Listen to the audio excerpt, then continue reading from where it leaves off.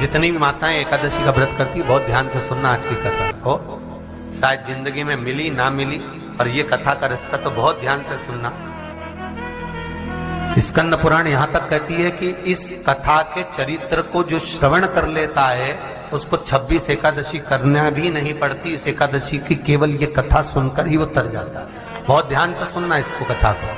एकादशी के दिन जब आप जल शंकर को चढ़ाने तो रोज ही जाते हैं। जब एकादशी का दिन रहे और शंकर जी के मंदिर में आप जल समर्पित करें तो 3 बार मुख से स्वधा स्वधा स्वधा या स्वधा स्तोत्र का पाठ, जिसमें 12 श्लोक 2-4 हैं। पैसा तो आ रहा है पर घर में टिक नहीं रहा। डॉक्टर में, पुलिस में, एक्सीडेंट आदि में, कहीं गलत जगह पर, व्यसन में अगर पैसा जा रहा है, जुए में, मांसाहार, मदिरा पान, या कहीं आया पैसा आने में कमी नहीं, आ रहा है पर टिक नहीं रहा, रुक नहीं रहा। कोई मांगने आ गया, दे दिया, फिर वहां से अपने पास नहीं आ रहा, अपन कह रहे हैं भैया हमारा पैसा लौटा दो, नहीं आ रहा। तो महाराज शिव महापुराण की कथा कहती है एकादशी के दिन गंगा के जल में मात्र 7 बेलपत्री डालकर जो नंदीश्वर भगवान अर्थात जो शंकर जी के शिवलिंग के सामने नंदी होता है, उस नंदी के चरण पर गंगा का जल चढ़ाकर बेलपत्री शिव पर समर्पित कर देता है, उसके घर में रुपया रुकना चालू हो जाता है। फिर वो गलत जगह पर नहीं जाता, गलत स्थान पर वो धन जाएगा ही नहीं। तूने मांग तुझे क्या चाहिए।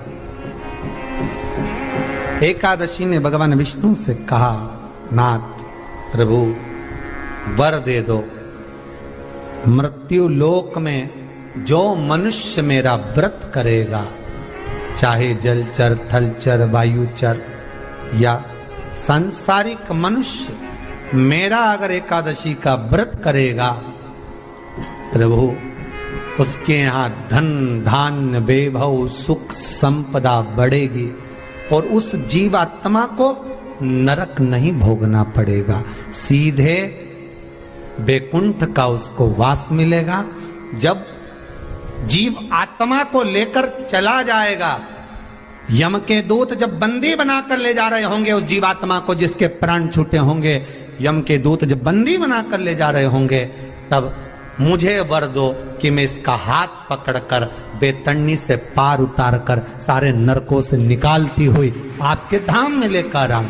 भगवान ने वर दे दिया, तथास्तु। हे एकादशी सुनो, मृत्यु लोक का मनुष्य अन्न का त्याग कर कर, क्योंकि अन्न में एकादशी के दिन पाप पुरुष रहता है, अन्न का त्याग कर कर एकादशी के दिन जो मनुष्य तुम्हारा व्रत धारण करेगा, उस व्रत को करेगा और उस व्रत को धारण करेगा, उसकी मनोकामना पूर्ण होकर वो मेरे ही धाम को जाएगा।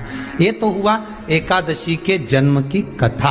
एकादशी के दिन गंगा के जल में मात्र 7 बेलपत्री डालकर जो नंदीश्वर भगवान अर्थात जो शंकर जी के शिवलिंग के सामने नंदी होता है, उस नंदी के चरण पर गंगा का जल चढ़ाकर बेलपत्री शिव पर समर्पित कर देता है, उसके घर में रुपया रुकना चालू हो जाता है। फिर वो गलत जगह पर नहीं जाता, गलत स्थान पर वो धन जाएगा ही नहीं। बेटा अगर व्यसन में पड़ा हुआ है, मदिरा पान में पड़ा हुआ है, मांसाहार में, जुए आदि में जा रहा है, तुम्हें लग रहा है कि मेरा बेटा गलत मार्ग पर जा रहा है, ये मित्र दोस्ती गलत हो रही है, वो सही जगह पर आ जाए। करना है एकादशी।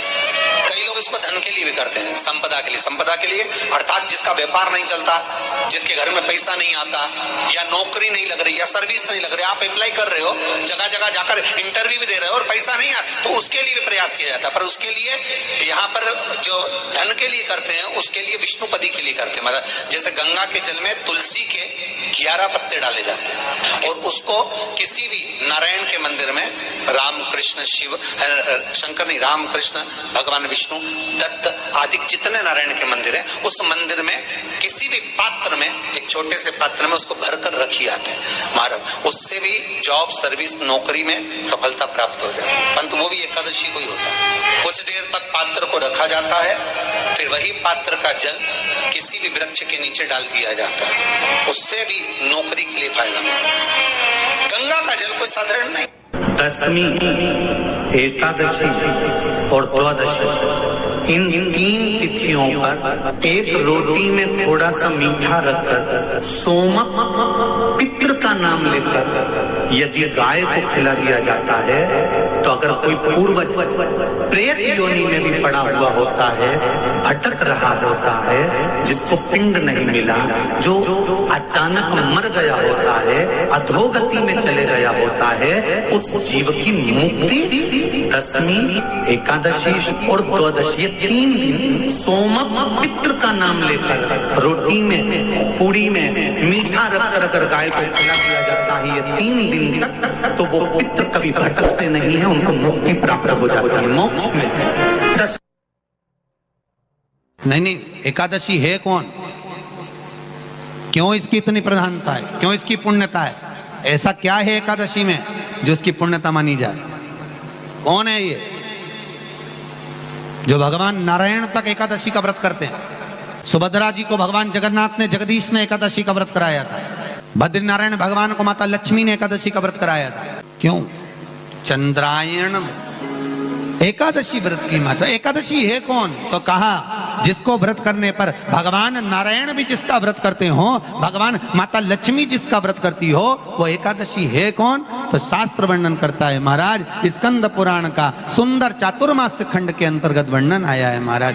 एक बार भगवान विष्णु आनंद में विराजमान थे, पद्मावती और माता लक्ष्मी दोनों उनके पास में विराजी हुई थी। भगवान लक्ष्मी और पद्मावती दोनों बैठी, एक सिर के पास, एक चरण के पास। कुछ समय बाद वहीं पर ब्रह्मदेव का आगमन हुआ और ब्रह्मा जी आगमन पाकर भगवान नारायण पद्मावती से लगकर उठे और उठकर लक्ष्मी की ओर झुके। झुकने पर इन तीनों के समागम से भगवान नारायण के हृदय चित्त से एक कन्या प्रकट हो गई। उस कन्या का नाम एका था। क्या नाम था? एका। अब 10 उसके गुण इतने प्रबल थे, वो 10 गुण उसके बड़े प्रबल थे कि वो एका जिसको निहारती थी उसको संपदावान बना देती थी। जिसको देख लेती थी उसके जीवन में वो आनंद की अनुभूतियां करा देती थी। एका जिस मार्ग से जाती थी उस मार्ग के द्वार खोल देती थी। एका का पुण्य इतना पुण्य प्रखर। पद्मावती और लक्ष्मी ने कहा महाराज ये बेटी आपके द्वारा निर्मित हुई है, इसका कन्यादान करना चाहिए। हमारे यहाँ हिंदू धर्म में रीति है, जिस दिन कन्यादान करा जाता है उस दिन व्रत रखा जाता है। अब आजकल रखते कि नहीं रखते हो मालूम नहीं, और कन्यादान करते समय व्रत रखा जाता है। व्रत रखा। श्री एकादशी के दिन कभी कभी तुम बद्रीनाथ चले जाओ, एकादशी के दिन तुम द्वारका चले जाओ, एकादशी के दिन तुम तिरुपति चले जाओ, एकादशी के दिन तुम जगन्नाथ चले जाओ, एकादशी के दिन तुम तुम्हारी मर्जी पड़े भगवान के किसी धाम में चले जाओ और भगवान को भोग लगाओ और उनकी थाली को झांक कर देखना, उसमें चावल जरूर मिलेगा। उसमें ऐसा नहीं है कि चावल नहीं मिलेगा। बद्री नारायण में भगवान को चावल का भोग लगा हुआ मिलेगा, द्वारका में चावल का भोग लगा हुआ मिलेगा, आपको जगन्नाथ में चावल का भोग लगा हुआ मिलेगा, तिरुपति में मिलेगा, द्वारकाधीश में मिलेगा, नाथद्वारा में मिलेगा, सांवरिया सेठ में मिलेगा, काकरोली जी में मिलेगा। आप जहां जाओगे वहां पर एकादशी के दिन भगवान को चावल आएगा, क्योंकि भगवान के लिए परहेज नहीं है। जो काम में डूबा हुआ है, जो आसक्ति में डूबा हुआ है, जो लोभ में डूबा हुआ है, जो वासनाओं में डूबा हुआ है, जो तृष्णा में डूबा हुआ है, और जो माता के गर्भ से जन्म लिया, एकादशी के दिन चावल उसको नहीं खाना। एकादशी और द्वादशी के दिन हमारे हिंदू धर्म, हमारा शास्त्र कहता है, हमारे शास्त्र, हमारे वेद डॉक्टर वर्णन करते हैं कि पीपल के पत्ते को अगर एकादशी और द्वादशी के दिन एक तांबे के पात्र में गला कर रख दिया जाए और उस पानी का आचमन 3 बार करा जाए तो जिसकी नाड़ियां चोक भी हो जाती है, डॉक्टर बोले इसका बाईपास करना पड़ेगा, उसको केवल 3 आचमन पानी एकादशी और द्वादशी को पीपल के पत्ते का कराया जाए तो अंदर की नाड़ियां भी खुल जाती हैं। भगवान का एक नाम है अघोर। ब्रह्मा जी को दर्शन दिया, अघोर मतलब सिद्ध नाम। और बहुत ध्यान से सुनना भाई, बहुत प्रयास कर लिया आपने, कामना सिद्ध नहीं हो रही। 1 लोटा जल, एक जल का पात्र लीजिए, उस जल के पात्र को लेकर उसमें थोड़ा सा लाल चंदन डालकर बेलपत्री के वृक्ष के नीचे और देवादिदेव महादेव को चढ़ाना प्रारंभ कर दीजिए।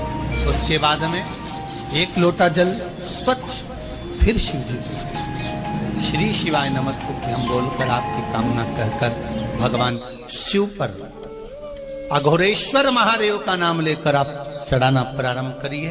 बाबा आपका कार्य 3 महीने के अंदर पूर्ण कर देगा सफल। बेलपत्र होते हैं, उसकी इसको छेद तो करते नहीं है सुई से, बेलपत्र की डंडी को बांधते जाओ 108 बेलपत्र की माला बना लो और माला बनाकर भगवान शंकर के गले में शंकर के शिवलिंग को जो चढ़ा देता है उसकी मनोकामना भगवान शंकर पूरी कर दे। 108 बेलपत्र की माला बनाकर शंकर भगवान को समर्पित करी जाती है।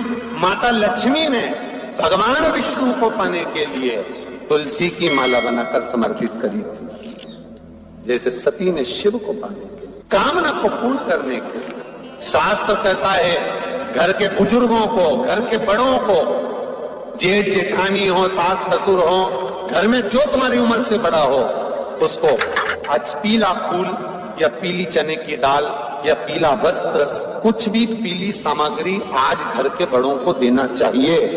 क्यों देना चाहिए? तो शिव महापुराण की कथा कहती है कि जो शुक्ल पक्षी की एकादशी के दिन पीली वस्तु का दान दे देता है, घर के किसी ब्राह्मण को देने नहीं जाना, किसी मंदिर में देने नहीं जाना, आपके ही घर में, आपके ही घर के बड़ों को किसी भी पीली चीज का दान कर सकते। फूल हो, मिठाई हो, कोई अनाज हो, कोई वस्त्र हो, पीली वस्तु का दान दे। क्यों होगा? क्या होगा उससे?